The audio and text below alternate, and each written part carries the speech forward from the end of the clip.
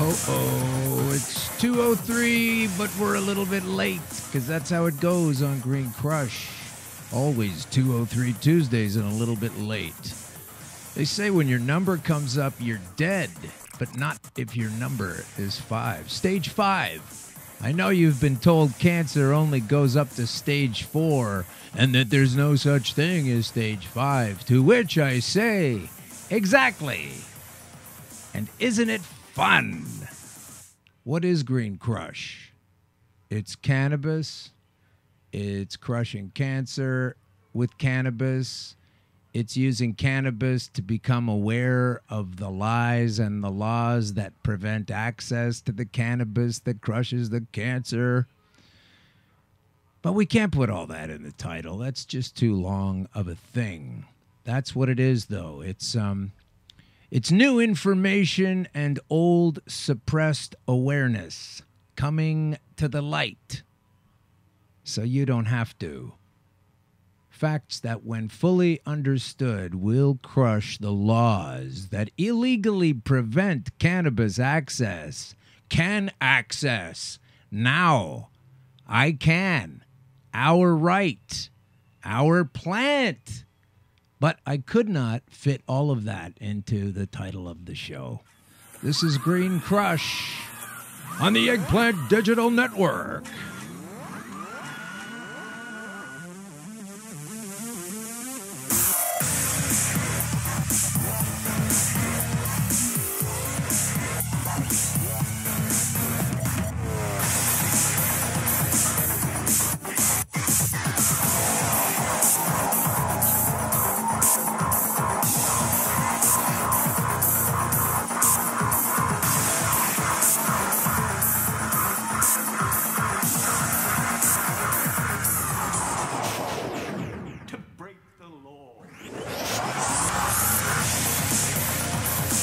Yeah, that's Paul Flynn, the MP from England over there in the UK Parliament. We're going to talk to Paul soon. We're going to get Paul on the show because Paul is a parliamentarian, a decent fellow, and he would like to express to you what we always express to you, that when the law doesn't make sense and the government's being an ass, you just say that's it. And that's what this episode of Green Crush will be focusing on in a lot of different capacities. So here we go.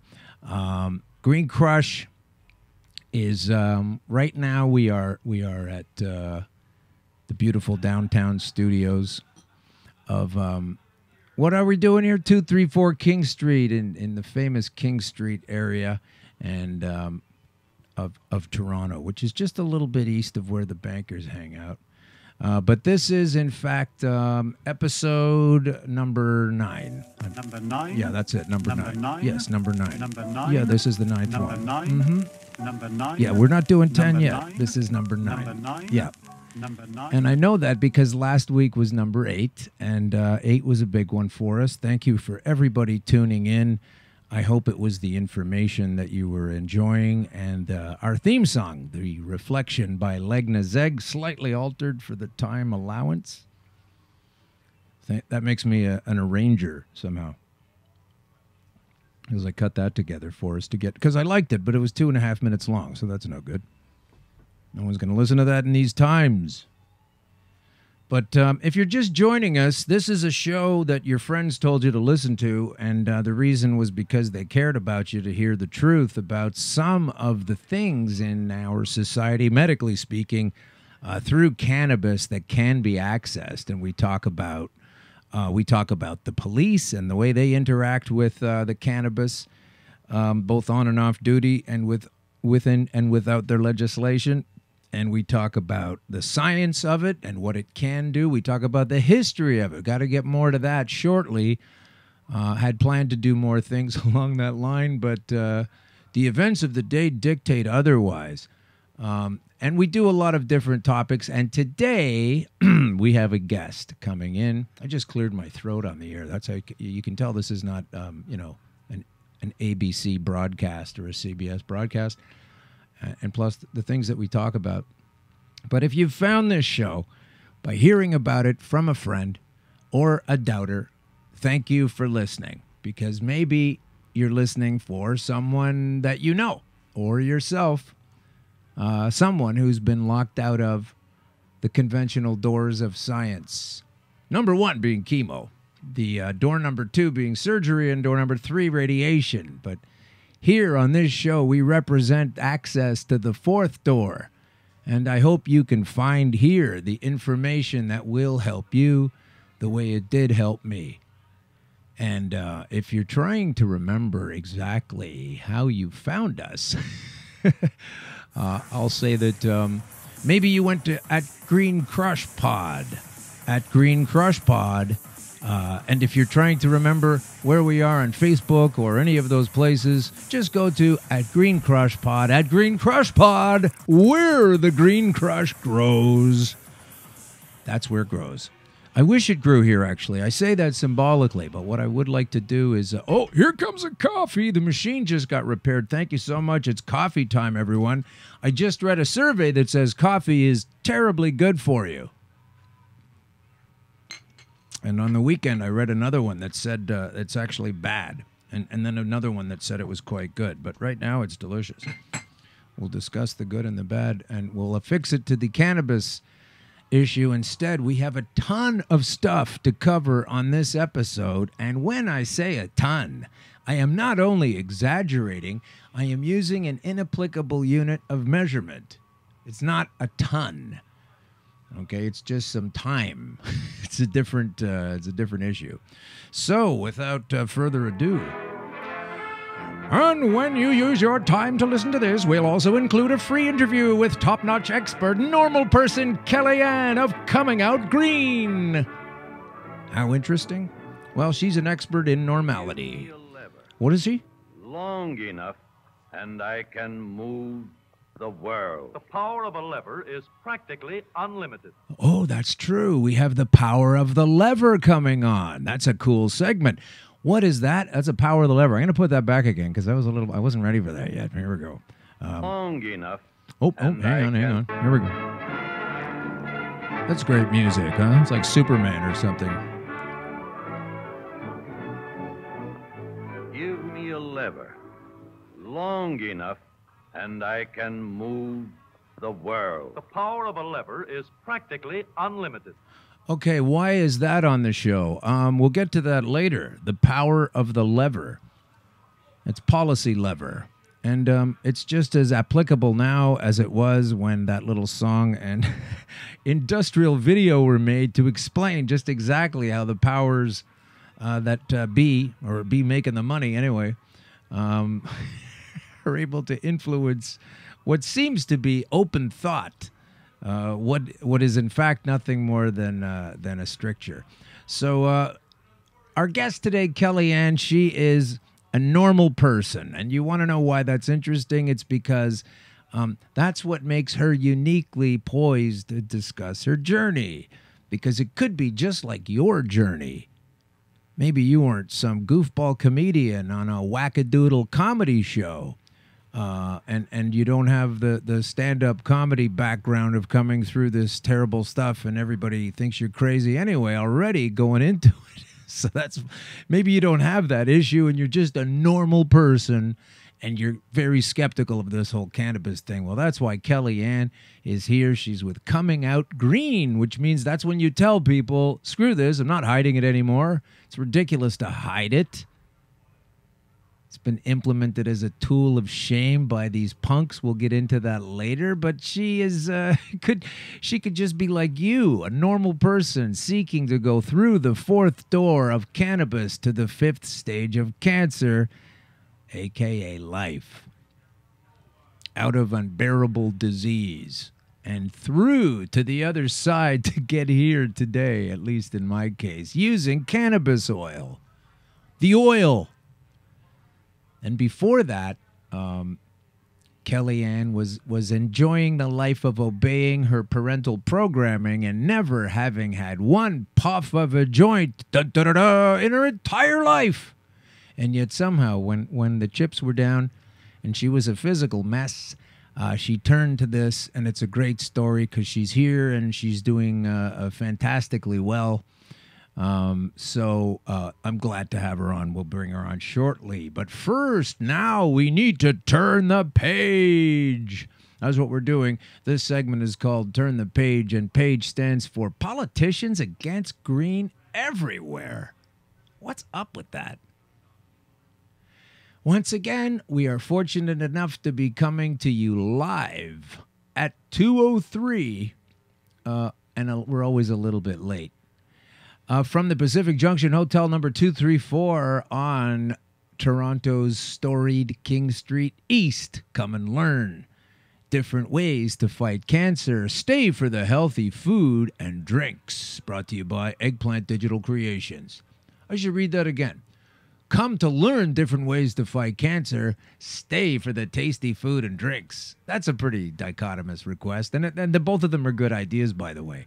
Eggplant Digital Creations is running the show here. This is the brainchild of Eggplant Digital. Eggplant Digital. We create creations and deliver them to your car. See job availability for corporate slogan writer. Corporate slogan writing. We tell you what to do. All right, let's move into the show. There's some nice people walking by today. We're having people come in and watch us now, and it's strange because they see me, and then 7 seconds later they hear what I said. And maybe if you put that much of a time lag in it, it makes more sense, hopefully. I don't know. Okay, so next segment right here is... well, we have to get straight away to the Ontario government legislation effort regarding the availability of cannabis to anybody that wants to use it. And the news is that it's not very good. Not very good at all. Here it is, Ontario to create cannabis control board. Focus on the word control. And it's opening up 60 storefronts, ladies and gentlemen. Have you seen how large Ontario is, by the way? Or maybe the folks going to fix themselves getting off the opioids live close to one already. The Ontario government will announce, and did announce on Friday, that it will create a cannabis control board. But that's not exactly what they announced. We'll get into that. And they're going to open up 60 storefronts to manage the sale and distribution of marijuana in the province. Restricting the marijuana sales to those 19 and older, although if you need to get into the Army, I'm sure they can make an exception by a year, and a year above the minimum age recommended by the federal government's Cannabis Task Force. I don't know if that's the deal, but, you know, they tell you certain things you could do at an age. Like, why would you be able to drive around in a car at 16 if you can't even, takes you 3 years later to sort out rolling a cigarette? The 30 to 60 stores selling marijuana will not be housed inside the existing LCBO stores, et cetera, et cetera. So that's basically the blurb from those guys. And some folks are saying that the reason they're coming up with this right now is that Kathleen Wynne, the I hate to say it, but she's the premier of the province, is in some trouble with a bit of a scandal that she's being called to testify in soon. And a lot of people are going to care a lot less about that than this whole cannabis thing. And so, you know, it's all bread and circuses again. But, you know, where has there never been a scandal with a politician before? That is most likely the case. It says here, accusing the Liberals of using the marijuana legislation as a smokescreen for scandals. Neither the Progressive Conservatives or New Democrat Party yet say how they would distribute cannabis next year, but they're not poised to. They're not poised to. So that's the trusted press again coming at us at the CBC. And let's see about bringing that gal up again. I want to see if I can talk to that one. There were a couple of points she was making that I thought we should all hear.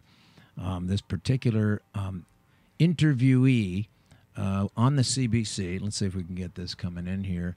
And they are speaking with the interviewer, Rosie Barton. I'll give you their names later. Here we go. For sensible drug policy in Toronto is Nazli Megzoudi. She is of the International Center for Science in Drug Policy. Good to see you both, ladies. Nazli, I'm going to start with you. What do you make of the framework that Ontario announced in terms of distribution and sale of marijuana? Is it the right approach?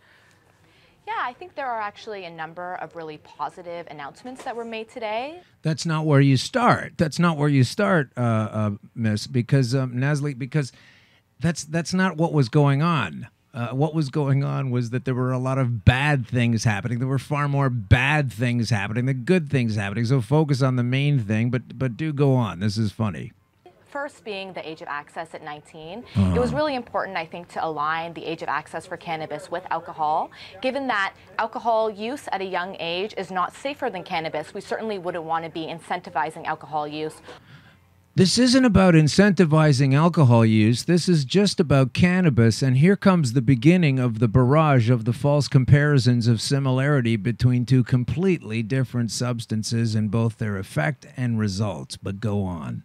Over cannabis by having a higher age restriction for cannabis. So that was one positive element that we saw today. I think another really positive element was the fact that the storefronts will not be selling cannabis and alcohol together. Oh, good. And they also won't be selling power saws and fishing rods together because they're also not related. This is not these people just skip right over. This woman is from some kind of access shame restriction facility. We certainly don't want to be encouraging polydrug use, so the use of those two substances together. So definitely creating separate storefronts for cannabis also creates opportunities for things such as cannabis education as well. What does that mean? Cannabis education. You can see that fastball coming down. This is indoctrination. If this is coming from a government that doesn't want to allow us to have it anyway. Which would be less likely or less easy to do within the context of existing LCBOs. So certainly some positive developments from Ontario's announcement today. Okay. That's her whole take. Right off the top. That's her whole take right off the top of what everybody else, including the staunch to the right Globe and Mail, the National Post, in both the editorial policies of the paper and several of the columnists inside have completely picked apart this ridiculous scheme to limit something that belongs to us. And do we consider statistics such as California marijuana decriminalization, which is completely different from legalization, drops youth crime rate to record lows, says a study in the Huffington Post 2012. A drastic 20% decrease in juvenile crime, bringing the underage crime rate to the lowest level since the state started keeping records in 1954. And this is the general term of things. This is, in fact, the way it's going in so many of the jurisdictions, and this is why it's taking longer to roll out legalization. Because what are we going to do about the lack of work and actual things to do in the meantime if this thing really becomes legal? So, of course, they don't want that. And so that's what it was on the evening of the Thursday, Shifty, last week. They delivered the deliberately too late notice that there would be a massive and misguided further announcement the very next morning to usher in a paradigm shift from how we bust you now with cannabis over to how we're going to bust you later over cannabis. We control, you the majority. I'll bet the more discerning of you listening today are able to pick up from my tone that no, I don't endorse this any more than does the province of British Columbia, for example, who have an infinitely superior model from transitioning into providing willing customers and patients with a plant that can grow in the ground. And so many other jurisdictions that have been having a much better time of things than we are, clumsily being put forward into time that's going to cause an unbelievable series of lawsuits, and there'll be all kinds of wrangling as they try to untangle the messes that will come from this ridiculous disaster that these folks have put together. Now, going to spend a bit of time now on the conference itself as soon as the tab comes up that I am looking for now. Live show. Okay, I thought I had everything pinned down here, but let's get that out of the way. Oh, here we go. Yeah. So these are the Three Stooges, folks. Now, I'm going to do some of it now and some of it next episode because it's too much to cover and too much to ignore. So rather than trying to get it all in, let's hear what... this is the tiny minister. I'm going to call this guy the punk in the middle. I don't really feel like I want to get into the names right now. There are three gentlemen up there wearing the suits and the tie. By the way, I'm telling the truth. Here's the tie. Where's this? Is the camera showing the tie? Is it this one? Okay. Tie. So I'm on board with the truth, right? That's the menu. And so here's the little guy. He comes trotting out and says, "Oh, thanks for everybody coming here. Nice to see you." And then he has this to say. The Federal Cannabis Act proposes rules and restrictions around production, sale, possession, and consumption of cannabis that will apply across the country. That sounds like freedom, doesn't it? Doesn't that sound awesome? This little guy, he's... Here's how we're going to run and own and operate every single aspect of your chosen particular medicine, and we'll get to why recreational is also medicine right now. It's also medicine because if you take in a certain amount and enough of it, and properly as a food, not just smoking it, you kind of don't wind up needing a lot of medicine. It's a nutrient. It's a nutrient, folks. It's like kale. Okay, so there's a lot of cool stuff in there besides the part that gets you high. And it's meant to be ingested as a plant. And this is part of the greater problem, not just the focusing on letting everyone smoke a joint or a bong once in a while. But let's listen to this guy here. Again, he's got more to say. But it also leaves the provinces and territories with some big decisions to make. Why? Why don't you just... accept the fact that most people either want to do it or don't want people to get busted for doing it. Why don't you sit down and just chill out a little bit instead of, being a servile parasite? No? You want to be a servile parasite? No, okay. Continue. If passed, the federal bill will set into motion a once-in-a-generation change. That's the problem. That's the problem right there that everybody, well, it's good that they're doing something at least. No, it's not. You don't build a shitty foundation for your house or none whatsoever and then start wondering about 3 years down the road, oh, maybe we should renovate the basement and then because the ceiling is collapsing because you didn't plan it out in the first place and you threw away the logic and the reason and the functionality of so many other successful models in the first place. Why the politicians against green everywhere? They have to make up this bullshit. They're constructing a paradigm for discussion that limits the possibilities of what really can happen. And that is a particular trick of governing. I've looked it up. I found it. It's an old one, so we'll get to that later. But let's let this little fella continue. He's so awkward. For our society, the end of prohibition. Legalization of cannabis is a broad and complex topic. Only because you're factoring in policing and incarceration and punishment and control out of the gate instead of addressing the true issue that's driving this matter, which is that we have the freedom and right to do this if we want. That we know is accompanied by some concerns for Ontario families. Some concerns for Ontario families. So this will be the group of people who are primarily, they've got a hunch. Man, I've been dealing with people like this over the past year, getting this show ready. People that have a hunch or a notion and no data and are of the type who consistently misinterpret the stated end point, and they twist it to their own agenda.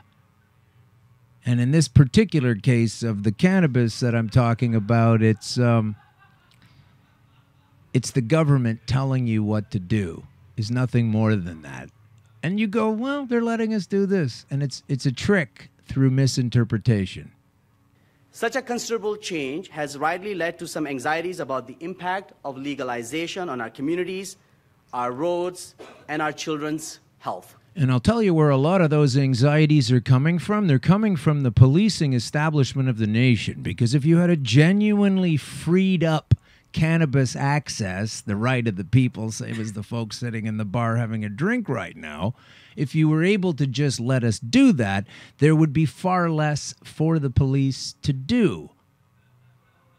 Far fewer people to arrest. So, when they're talking about the roads and the use, they need to go right to, well, what about the police? What do they think? The people of Ontario rightfully expect their government to approach legalization thoughtfully and responsibly. Well, that's a true statement. We do expect you to approach it that way. It's too bad you haven't. With this nonsense, continue. Which is why we have set out 4 key priorities for Ontario's approach to the federal plan. 4 priorities. Here we go. Our aim from the start has been to protect youth, promote health and road safety, focus on prevention and harm reduction, and eliminate the illegal market.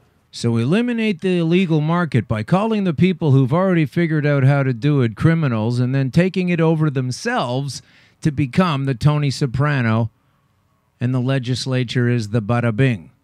And there's only 60 outlets for tons of people that probably close at 6 o'clock on Sundays.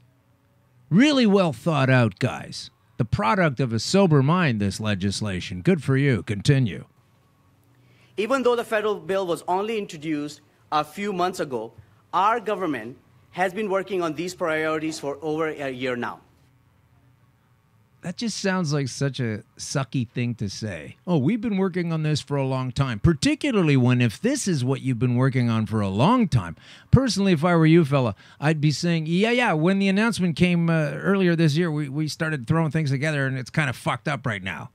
We're doing the best we can, but, we're government people. And then you could go, well, at least this guy's telling the truth. But what he's saying here is they're extruding from their political orifice a bill so feces-like that I can't believe anybody spent a year on anything to come up with all of this. We have so many holes in this sieve. Here we go.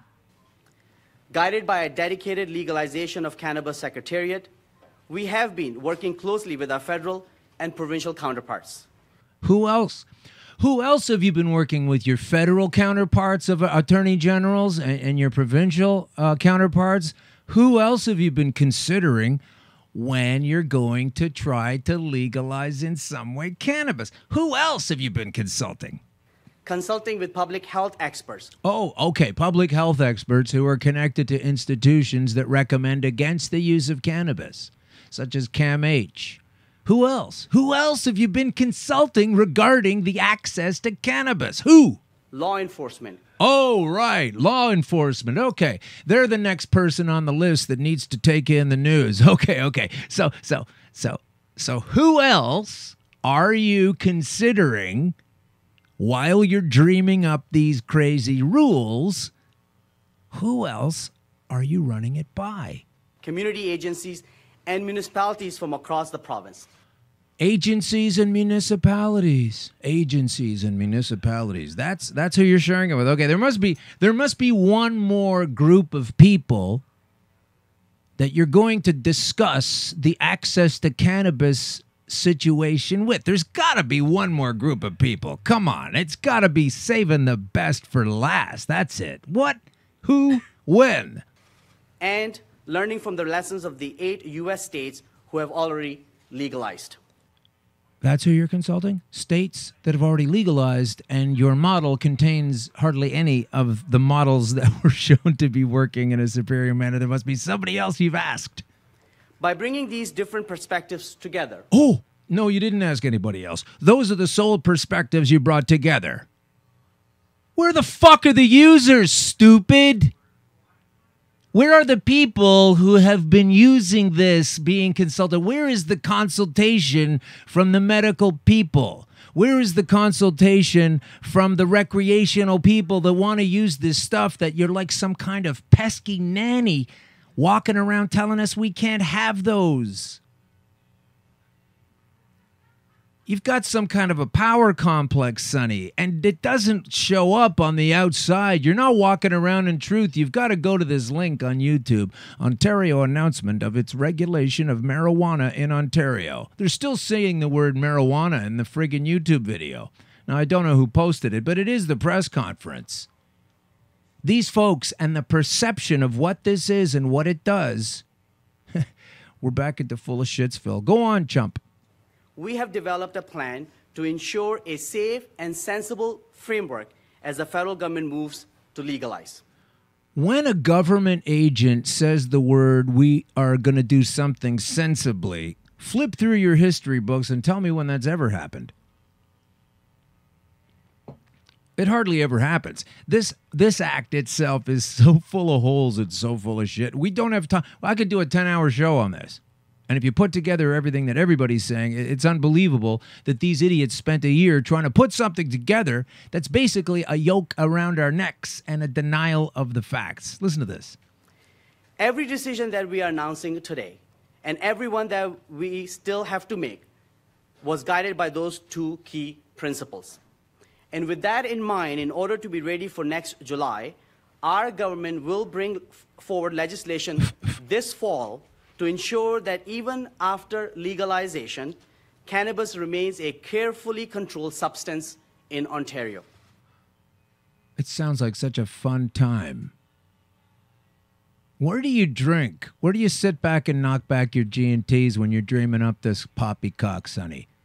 Which Bay Street club do you sit around in? Is it the York Club? Or what's the name of the thing? Is it the Toronto Club? Like, who comes up with this half-baked bullshit? While you sit around and drink whatever you want, coming up with this nonsense. Go on. The key points of our approach fall into two broad categories. Fairness and decency won't be among them. Go ahead. Lawful use, that's the who, what, and where can cannabis be used. Uh-huh. And retail, the how and where cannabis could be sold. In other words, what you're saying is how you're going to control it and call a bunch of people who were already running an industry a bunch of criminals, and then taking that industry over yourself to be the criminal, and then understanding how you're going to be the one profiting from all of that sale after years and years of pain endured and arrests and getting fucked over with the family because somebody got arrested and gone to jail and ruined lives. And now all of that, you've actually still got people in jail right now from suffering from these things. And all of a sudden, you're going to profit from it? You? You don't know what you're doing. You don't understand the same basic principles that these kinds of manipulations throughout history have done. Okay, this is like a horror universe you've got going here. So maybe we should think about that before we decide what to do with these people. Folks, what I'm trying to get you to understand is that these folks are lying and manipulating in us. I'm trying to get an awareness in people together where you go, hey, this is all bullshit from this proposal coming through, and we've got to be able to do something about it. So here we go. Let's start with the who. Oh, he wants to start with the who. Okay, well, the who apparently were the cops, right? That's basically what that was. But I'd rather listen to this one if that's okay. Let's start with the who. Number 9. Oh, that's the Beatles. Okay, that's not going to work. All right, so listen, we'll get back to this guy later, but We will be proposing that 19 be the minimum age Yeah, you're for proposing anyone to that. buy, consume, or have cannabis in Ontario. that's the proposal. This whole thing, okay, is a proposal. That's what I want to remind everybody, that this is not an edict. This is not a law.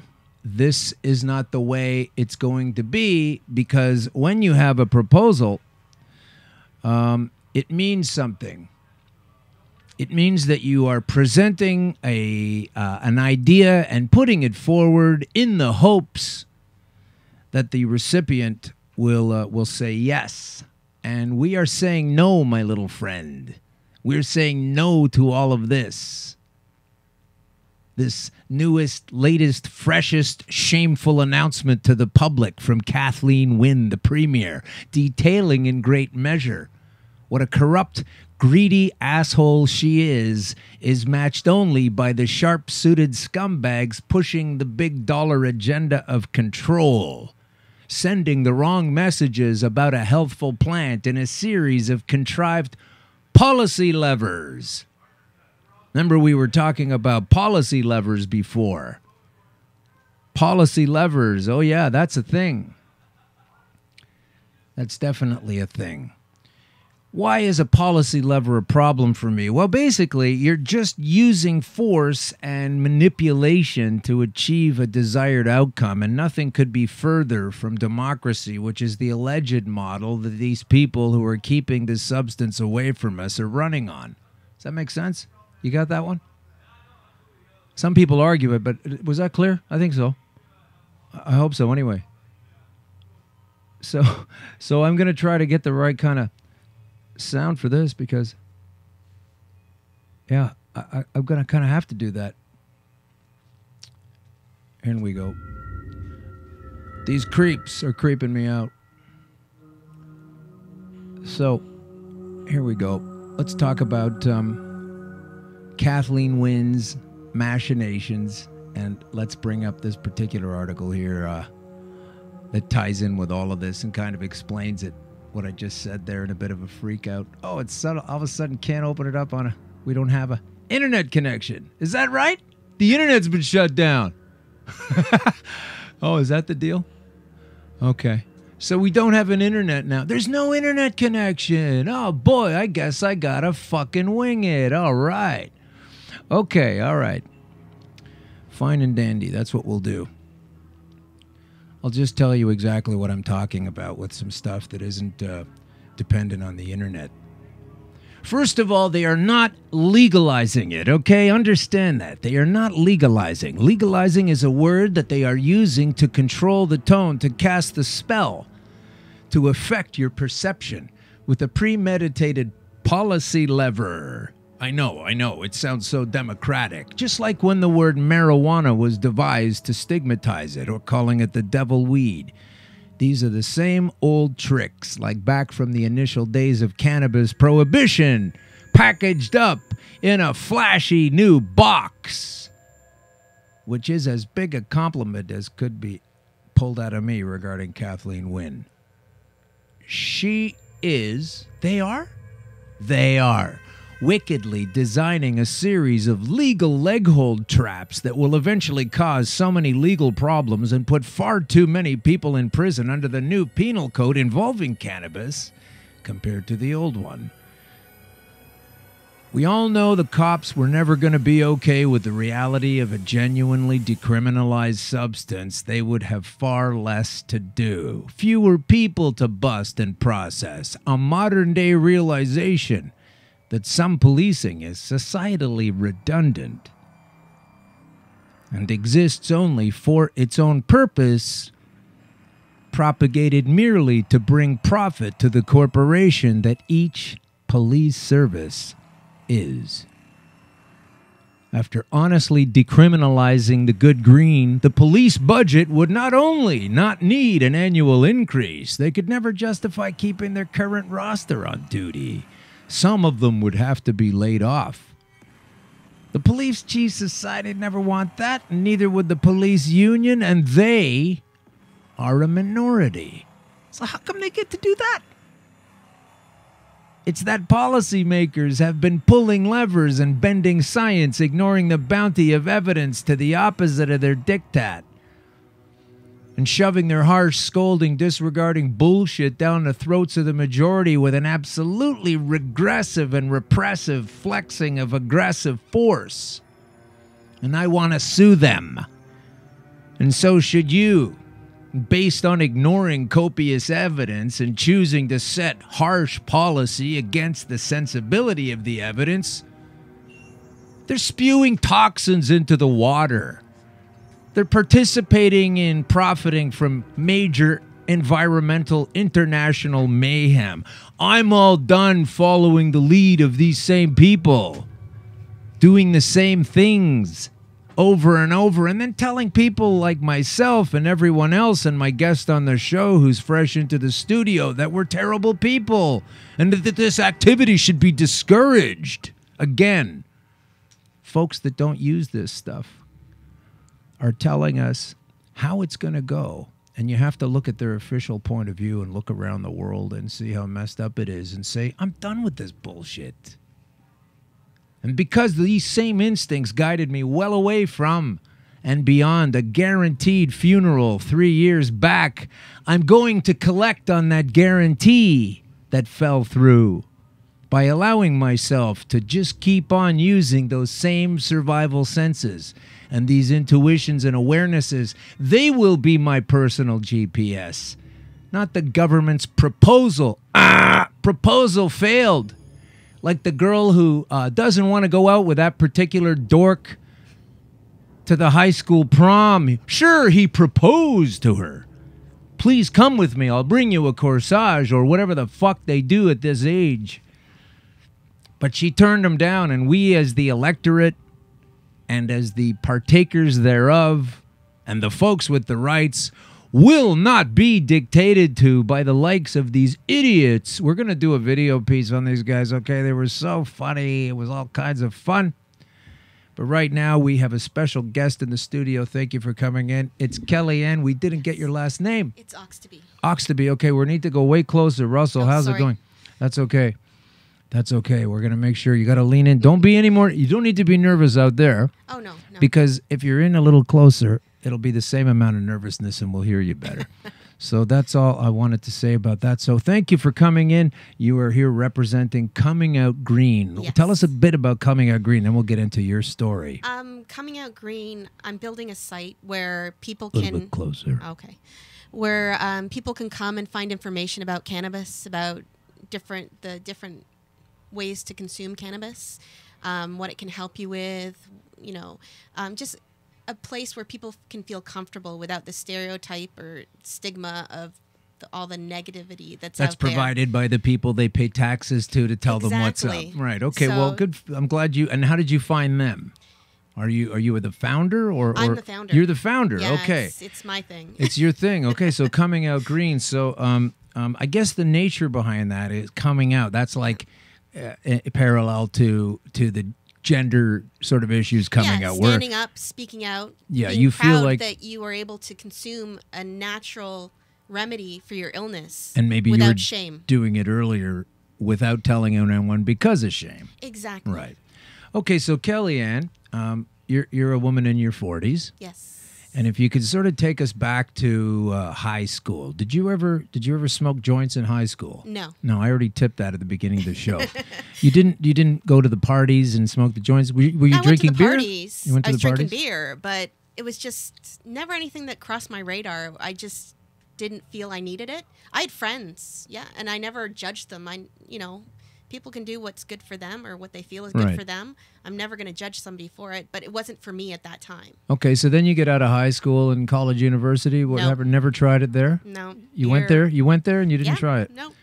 Okay, so all the likely entry points, you weren't a user. Well, I've been sitting in a room with people that, partake, but Right. I hadn't myself. So even at that point, you wouldn't support a legislation that would put your partaking friends behind bars? Oh, God, no. Right. So No. that's also the majority of people you speak with about these topics and that issue is the majority of people don't want this. I'm going to keep ramming that point home that the government that keeps pounding this stuff to us is very much on the thin end of the wedge.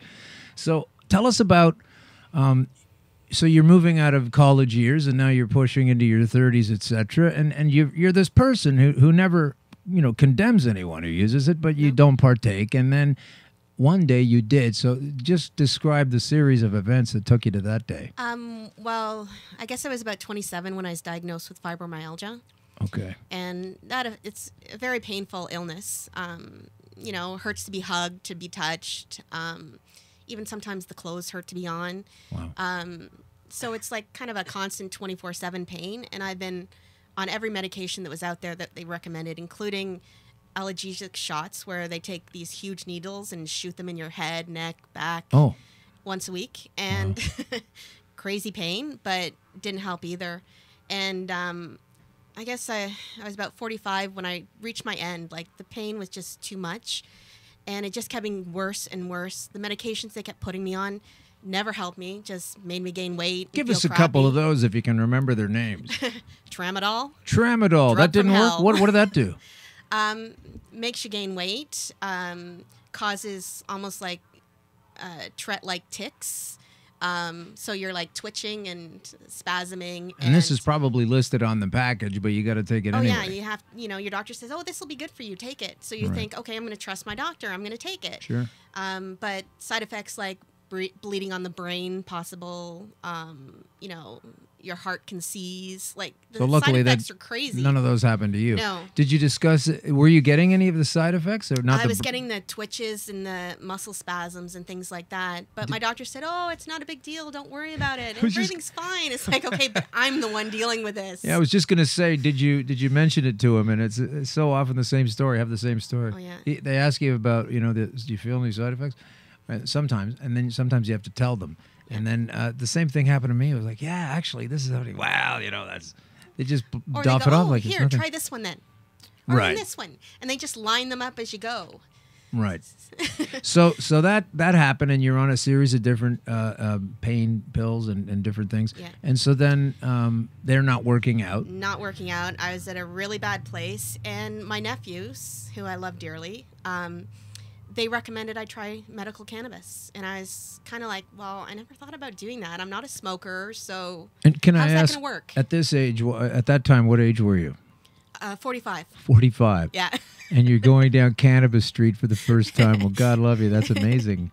That must have been sort of strange for you. It was very strange. Yeah.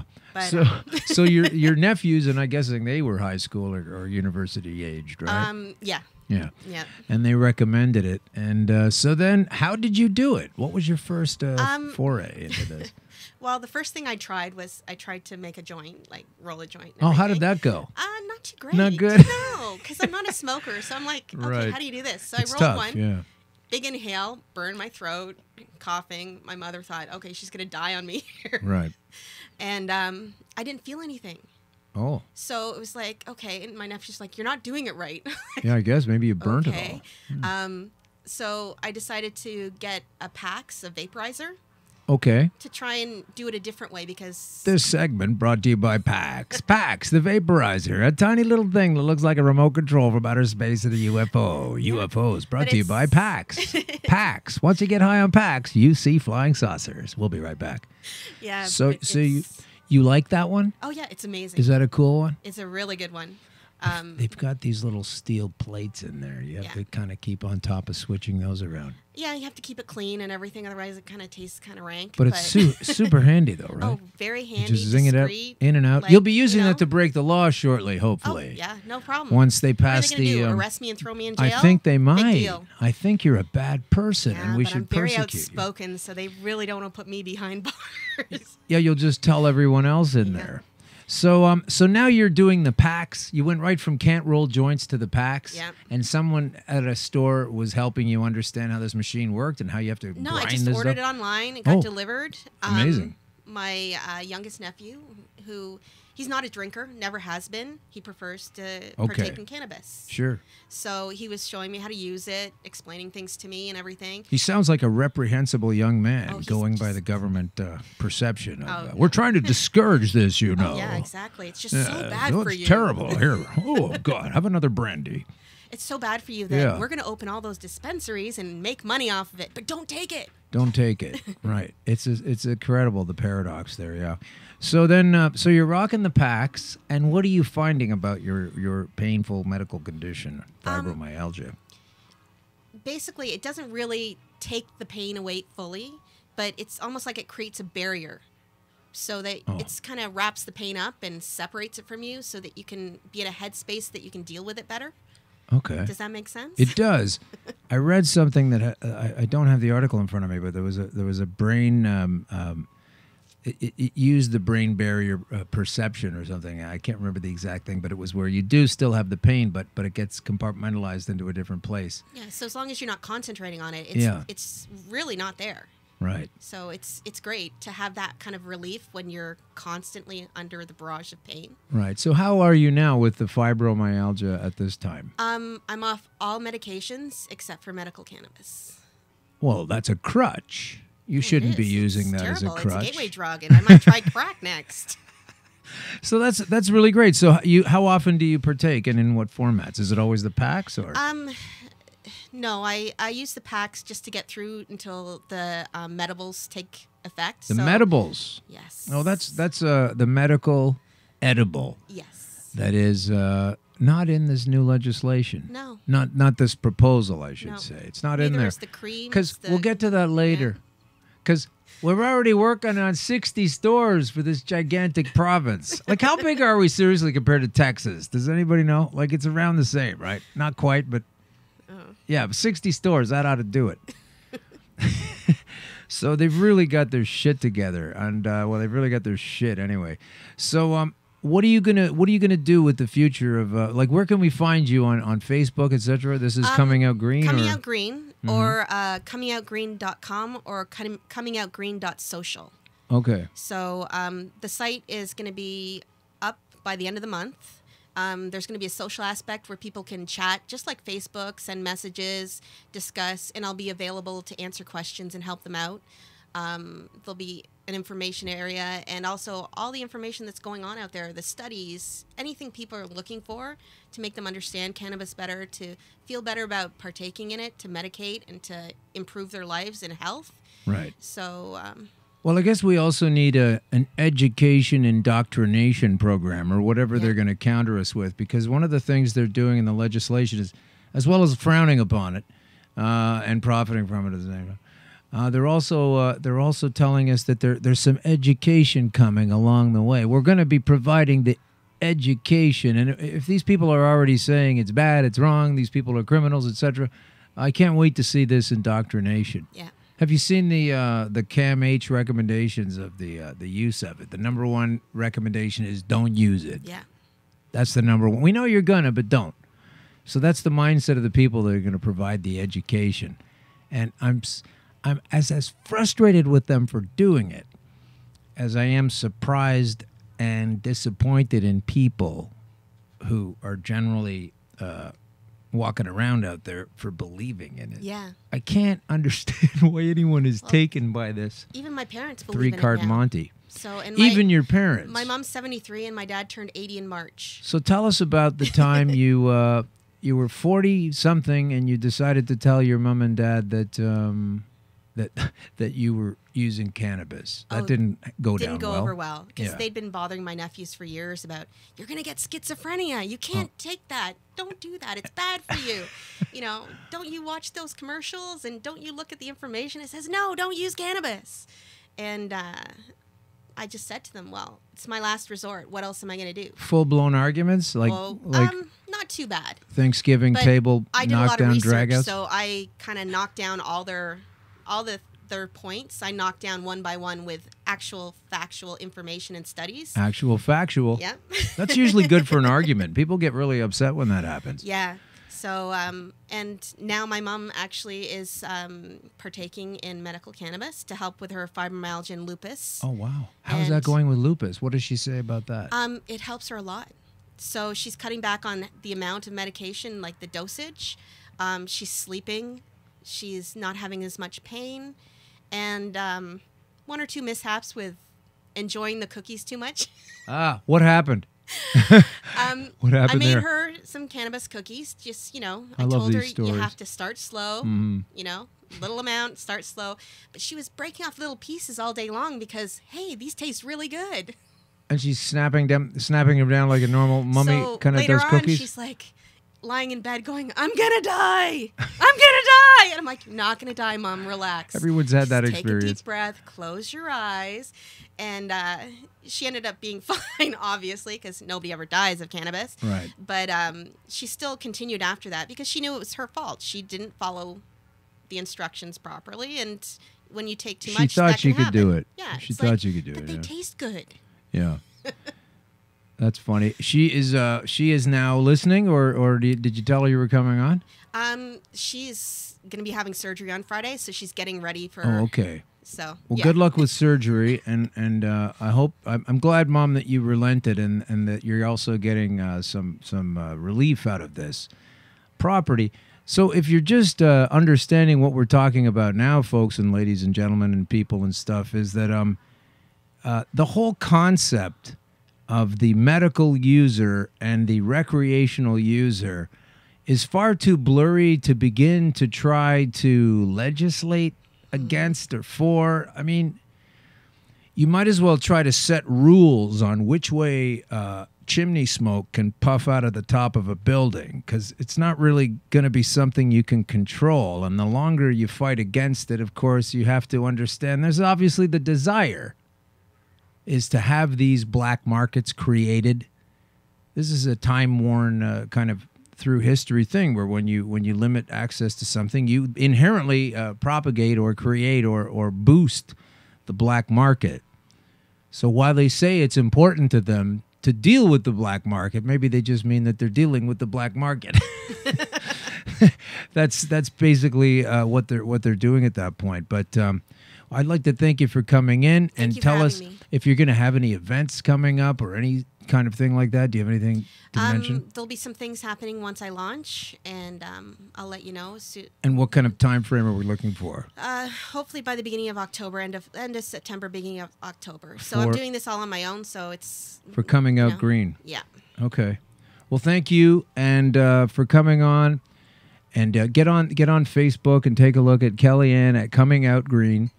And she will explain it all to you. And now I'm going to spend a little bit of time just before we go on our crazy legal system that has inflicted upon.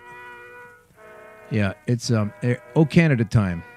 All right, so our legal system. This is from Smoker's Guide, by the way. Solid information here, folks. In 2015, Justin Trudeau was elected Canada's new prime minister in a landslide victory. One of his campaign promises was to legalize cannabis. 2 years later, recreational cannabis still isn't officially on the books. People are still going to jail, and as a legal substance, it's not a thing. But Canadians did accomplish one thing. We proved we may be the only population in the world to take the word of a campaigning politician as truth. Why do you believe these things? At least until Trump came along. Maybe it was because medical cannabis was already legal in Canada. Maybe it's because the culture was already pretty relaxed. Maybe because Canadians were just excited to get rid of Harper. But people seem to take Trudeau's election as though cannabis laws were automatically written. At present, there are 100-plus dispensaries in the Greater Toronto area and 200-plus in the British Columbia province, with more shops and vape shops popping up every day. And as the raids in early 2017 have shown us, while weed might appear legal in Canada, we're still working out the kinks and trying to write the laws. But seriously, 100 dispensaries in the Greater Toronto area. Well, they keep getting busted, and then they reopen, and when the official plan comes together, I guess the idea is that all of those will close, no one else will care about that, and then 60 other stores will pop up covering Ontario. Not just Toronto, but Ontario. So this is completely unworkable. This is a series of lies, and we have to wonder why it is that our politicians consistently pull this kind of thing. And when you look to ancient buried histories, you understand that there are four major cons going on and have been through millennia from the ruling people. A world system, a world government is the product of millennia of development and use. And today's users are these idiots that we see now at Queen's Park who take allegiance and swear to the Queen and pretend they're representing us, but they're representing the crown. One of the major cons, of course, is the religion technology con, where Basically, you got a scientific priesthood which attains power and essentially a monopolistic position to dictate what the laws of physics and chemistry are, etc. So that's why we're hearing about how terrible cannabis is, when in fact we know fucking well right that it's the opposite. And if you use it incorrectly, there's going to be some problems. Just like everything else at the hardware store, or all of the windows on the buildings that can easily be punctured and damaged by throwing something through it, and the next thing you know, there's a piece of glass cutting someone's... You see what I mean? You can make a bunch of shit and threats out of everything, but this is all about control here. Some of the consequences of this particular phenomenon include foreclosing exploration of deeper, more powerful, and more universal knowledge, as well as alternative outside-the-box ways of looking at things. And most importantly, fostering eternal dependency at the expense of people's realizing their own true nature and actualizing their own true potential. But one who is awake and empowered cannot be exploited. And therein lies one of the major reasons all of this obfuscation and lawmaking is taking so long to get into place. They're shitting their pants. That more people are going to realize these facts. And the smarter you get, the tougher you are to govern. Join me, won't you? The esoteric heart of the con is that all of the technological development and manipulation that occurs in the realm of science, including the design and engineering and manufacture of all industrial products involving scientific knowledge, basically everything made today, are accomplished by projecting into the outer world things that we, as spiritual beings, are inwardly capable of knowing, being, and doing in, by and through ourselves. Then we've also got the law con. The law government con, consisting of instilling as deeply, securely, pervasively, and unquestioningly as possible the belief that men must have governments, that some people must be governed by other people. We're going to end that shit.